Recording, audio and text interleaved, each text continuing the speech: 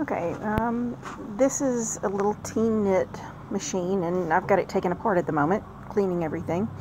And I just wanted to go over a couple of the adjustments that are available on it.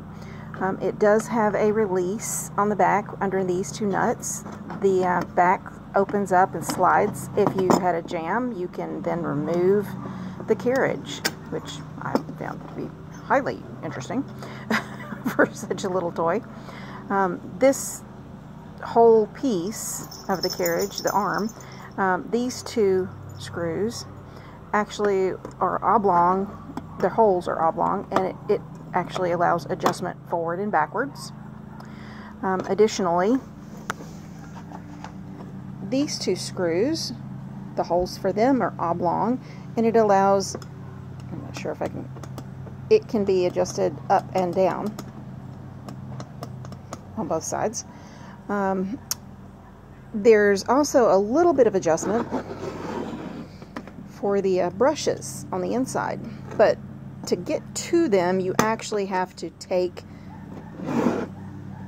this piece out. You have to completely unscrew these and take it completely out. I did find that inside this piece up in here,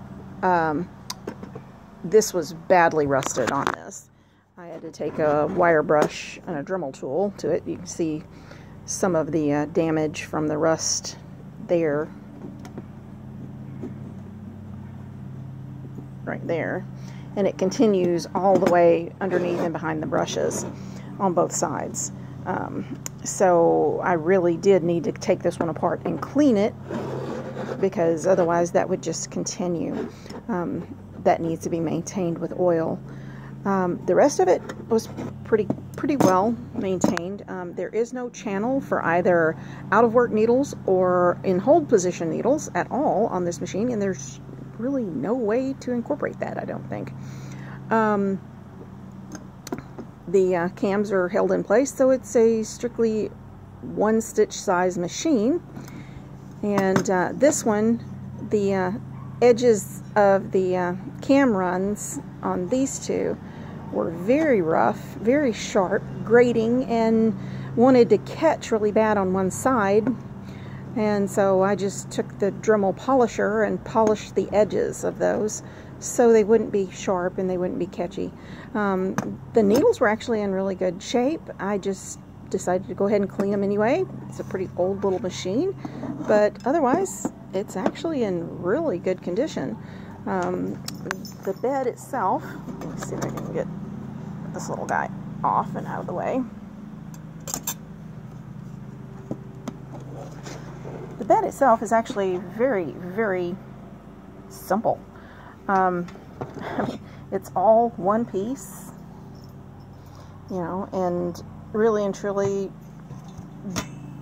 this area here is just to protect the needles as they're being pushed backwards and forward so that they don't poke into anything or get bent by anything back here. It does have gate pegs in the front, and it actually comes with its own cast-on comb, which I found quite interesting.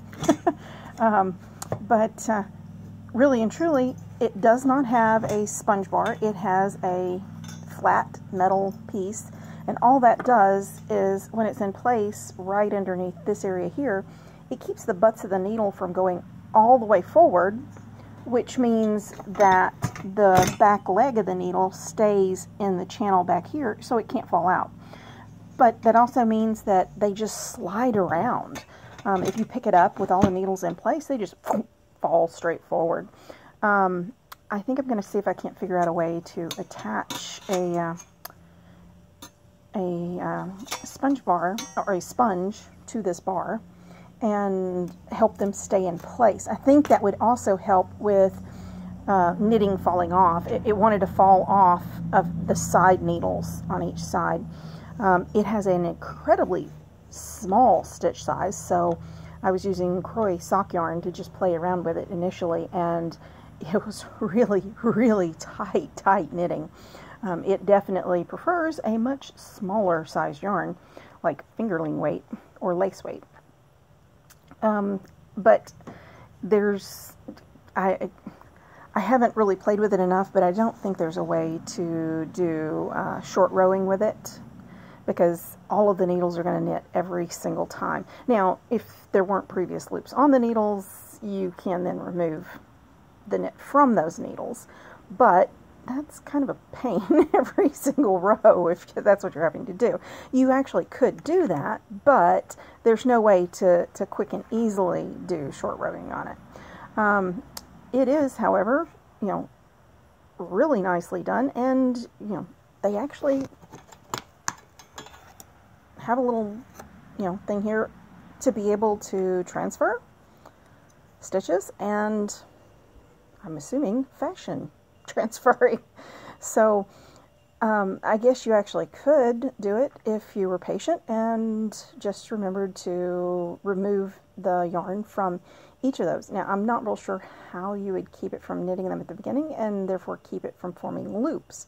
But again, as I said, I've only played with it about 30 minutes before I disassembled to clean it, because I did notice the rust in it, and I didn't want to just start applying oil on top of that rust. I wanted to be able to get it off. To get that rust off, I actually had to use a grinder Dremel with a wire brush, and it took a little bit of time to get that off there, and a little bit of patience. And by the way, don't try to do that holding it with your hand. Use a pair of clamps, please. Okay, I will get back to you guys if I find any way to make this even more useful. Thanks. Bye.